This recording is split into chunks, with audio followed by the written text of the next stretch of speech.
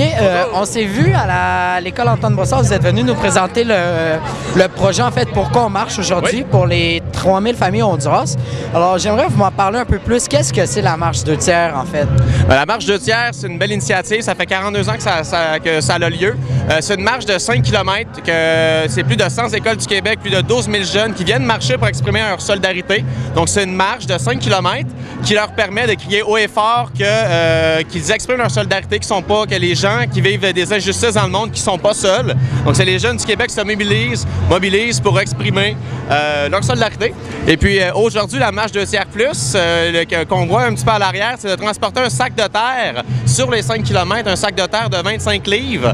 Et puis, les équipes qui y participent, eux, se font commanditer ce trajet-là. Et puis, l'argent ramassé permet d'assurer la sécurité alimentaire de 3000 familles au Honduras. Donc, c'est pour ça que les jeunes qui participent à la marche 2 tiers plus vont marcher aujourd'hui.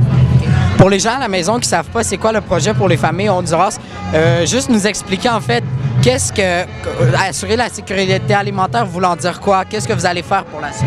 À vrai dire, pour mettre en contexte un petit peu, c'est que les changements climatiques affectent grandement la zone de l'Amérique latine, dont où est situé l'Honduras. Donc, il y a plus de dépressions tropicales, il y a plus d'ouragans de plus en plus fréquents, de plus en plus forts. Donc, les petits agriculteurs et les petites agricultrices ont beaucoup de misère à faire pousser assez de végétaux, de fruits, de légumes, de nourriture pour bien nourrir leur famille. Donc, c'est un gros problème. Donc, plusieurs gens au Honduras souffrent d'insécurité alimentaire. Et Oxfam Québec, ce qu'on fait, nous, c'est qu'on propose des techniques agricoles écologiques pour pouvoir s'adapter au changement climatique et ainsi pouvoir faire plus de nourriture pour pouvoir mieux nourrir leur famille. Entre autres, ce qu'on fait, on a des exemples. Il y a de l'irrigation goutte à goutte qu'on amène, qu'on montre aux paysans. Donc, c'est plus facile pour eux de faire plus d'une récolte par année.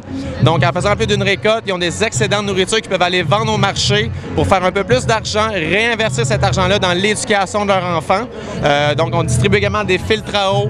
On construit des citernes de rétention d'eau de pluie pour que ces familles-là d'agriculteurs puissent utiliser l'eau de pluie pour leur agriculture. Donc ça, c'est un exemple parmi tant d'autres, mais on a plusieurs exemples comme ça de projets. Et combien de familles avez-vous aidé jusqu'à présent? Environ un chiffre approximatif. Environ, déjà, le projet sur 6 ans, ça fait 2 ans qu'il est entamé. On a aidé environ, je vous dirais, environ 1000 familles. Donc, il en reste encore 2000 à supporter.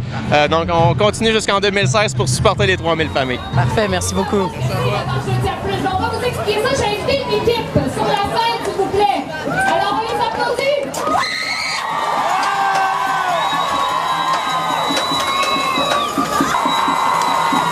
Alors, pour ceux qui trouvent ça facile, là, la marche, ben, on leur donne un petit niveau de difficulté. Et il y a un double défi dans la marche 2 tiers plus parce que, en plus d'avoir le sac de terre, ils doivent recueillir 500 $ pour réussir leur défi. Alors, bravo à cette équipe.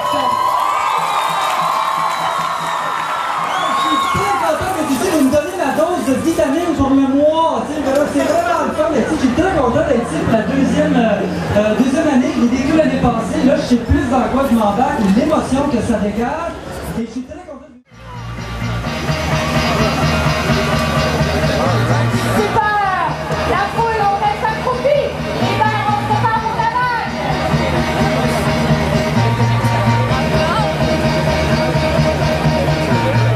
Une deuxième fois!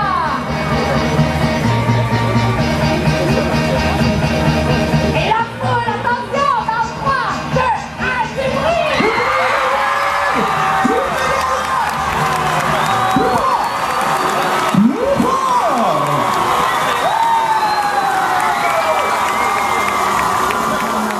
Vous êtes aussi beaux à chaque année, mais vous êtes de plus en plus nombreux.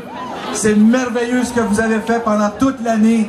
Il y a beaucoup vous êtes venus de partout à travers le Québec. Et il y en a beaucoup ici aujourd'hui qui marchent pour la sécurité alimentaire au Honduras.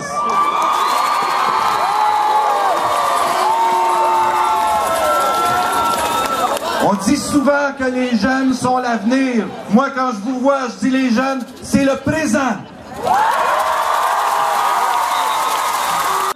Des conotes, il est disparu.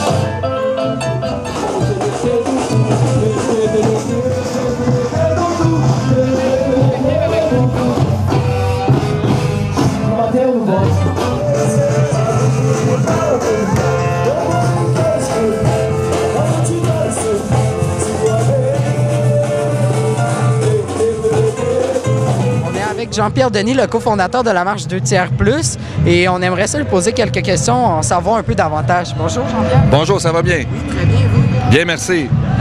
J'aimerais que vous nous dites un peu plus, c'était quoi votre idée quand vous avez décidé de fonder la marche 2/3?